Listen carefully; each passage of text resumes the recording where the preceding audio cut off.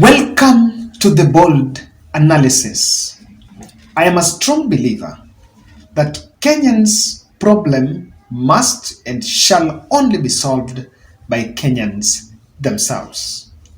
I'm making this premise in the wake of the recent attempts by the United States of America to bring some ceasefire, which according to me was actually a dummy attempt that did not have they did not have the intention. If you're watching this video, I want to humbly request you to subscribe to our channel, click the notification bell and like our video.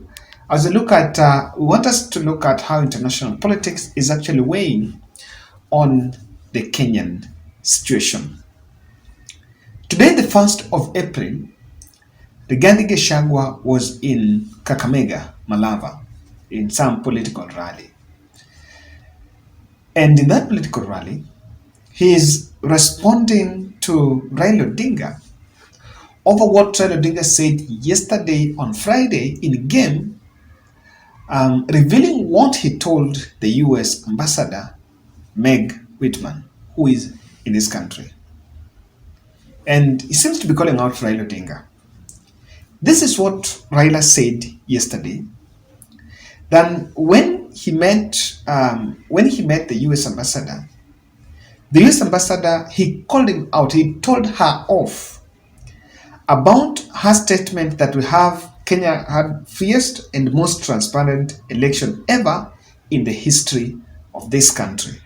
I am just wondering if in the history of this country also means that this was one of the best, if that is the meaning. And Raila took an issue with that. So you pause and just ask a question.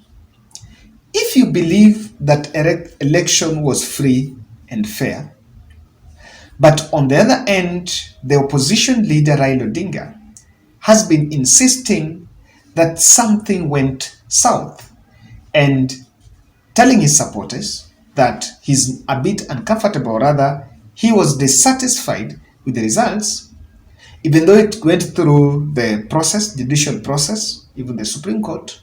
But then he's saying we need to relook at it.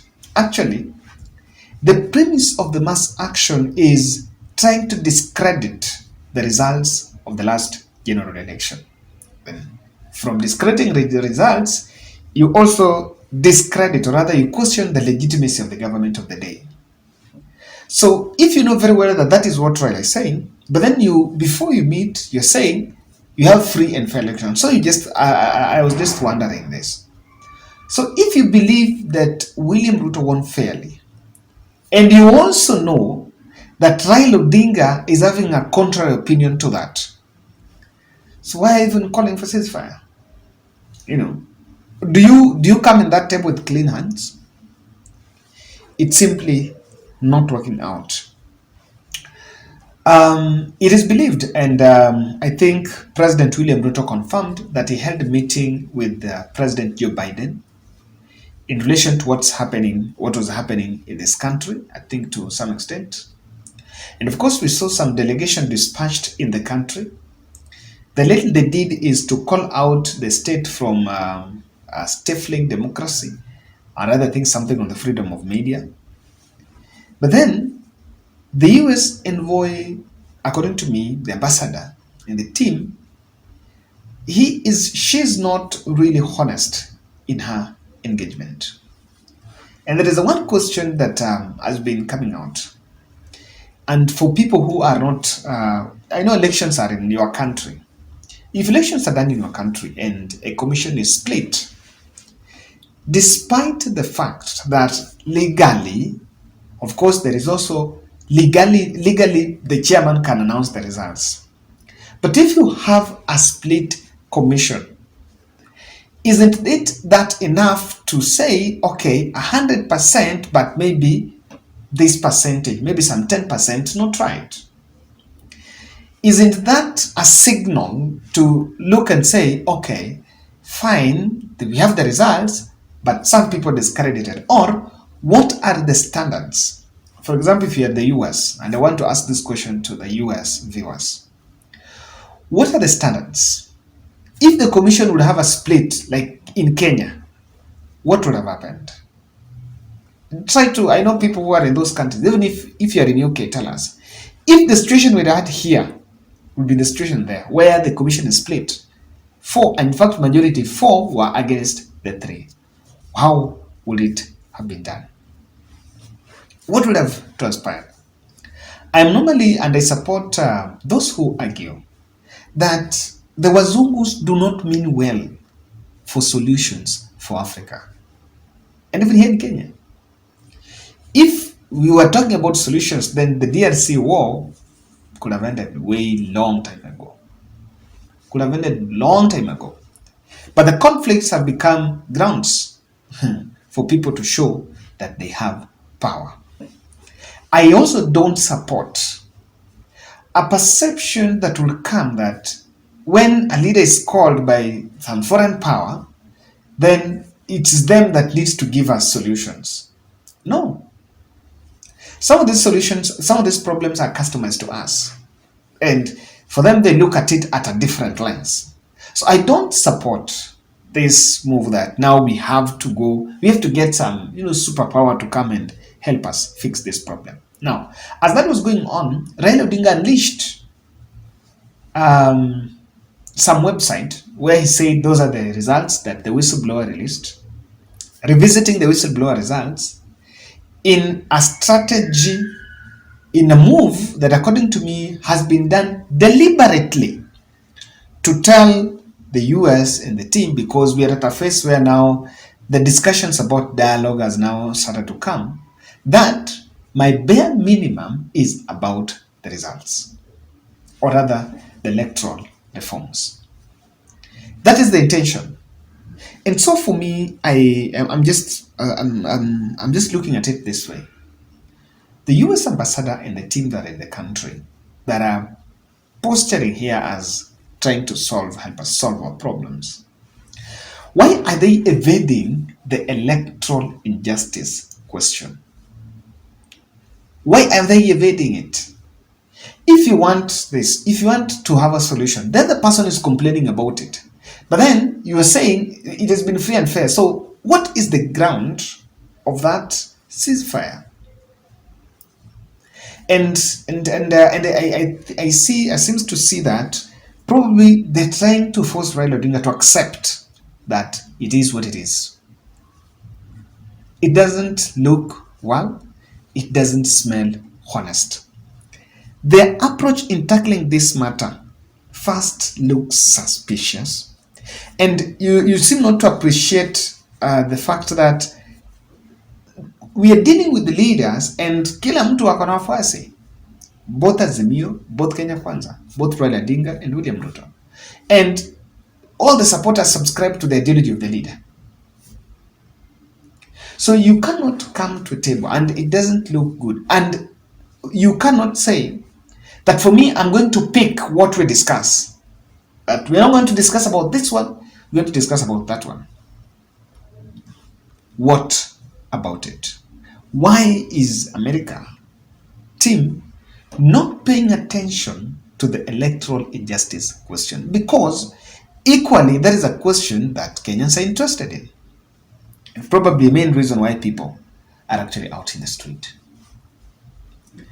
So I want to look at it in 3 different dimensions.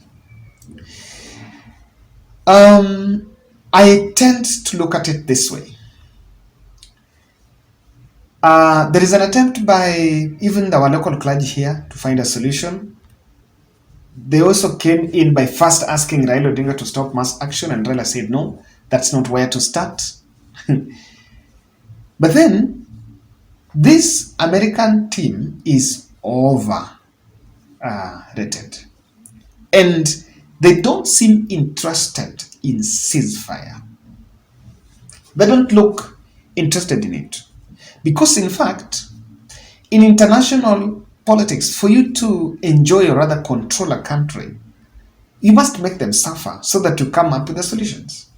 I'm very sure that if the political instability that we have in the country will escalate, then that will be, America would actually celebrate, because the government will still be going for loans in the IMF and the World Banks nowadays, and the Bretton Woods institutions.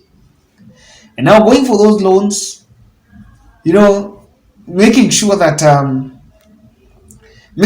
we still be in the yoke of the debts, as much as William Ruto speak about the fact that you want to fix our problems. In fact, you might really brag of international backing, but if you're not international support, but if you're not careful, it's a bit of a destroyer card, even on us as a country. I am strongly believing that the America do not and are not interested in even helping us solve these problems.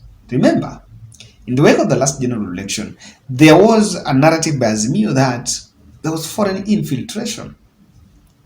And if we are to, and that's the dimension I want us to look at, if we are to debunk electoral injustices, if we are to probe the server question, maybe if something is different from what we have, then things we'll be talking about a different story.